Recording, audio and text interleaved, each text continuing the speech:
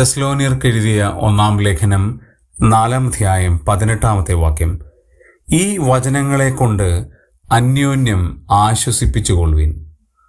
പൗലോസ് അപ്പോസ്തലൻ മരിച്ചവരെക്കുറിച്ചും പ്രത്യാശയില്ലാത്തവരെക്കുറിച്ചും തൻ്റെ ലേഖനത്തിൽ താൻ വിശദീകരിക്കുമ്പോൾ, പ്രത്യാശയില്ലാത്ത മറ്റുള്ളവരെ പോലെ ദുഃഖിക്കരുത് എന്ന് പറയുമ്പോൾ ആശ്വസിക്കുവാനായിട്ട് എന്താണ് വസ്തുതയുള്ളത്?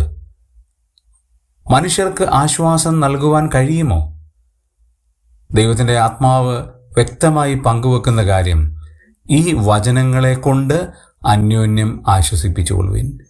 ദൈവത്തിൻ്റെ വചനത്തിന് മാത്രമേ മനുഷ്യഹൃദയങ്ങളെ ആശ്വസിപ്പിക്കുവാൻ കഴിയുള്ളൂ, ആശ്വാസം നൽകാൻ കഴിയുള്ളൂ. കാരണം വചനം ജീവനുള്ളതാണ്, ചൈതന്യമുള്ളതാണ്, ഇരുവായത്തിലുള്ള ഏതു വാളിനേക്കാളും മൂർച്ചയേറിയതാണ്, പ്രാണനെയും ആത്മാവിനെയും വേർവിടുവിക്കും വല്ല തുളച്ചു ചെല്ലുന്നതാണ്, സന്ധിമജ്ജകളെ വേർവിളിക്കുന്നതാണ്. ഇത്ര വലിയ വചനമാണ് നമുക്ക് ആശ്വാസത്തിനായി നൽകിയിരിക്കുന്നത്.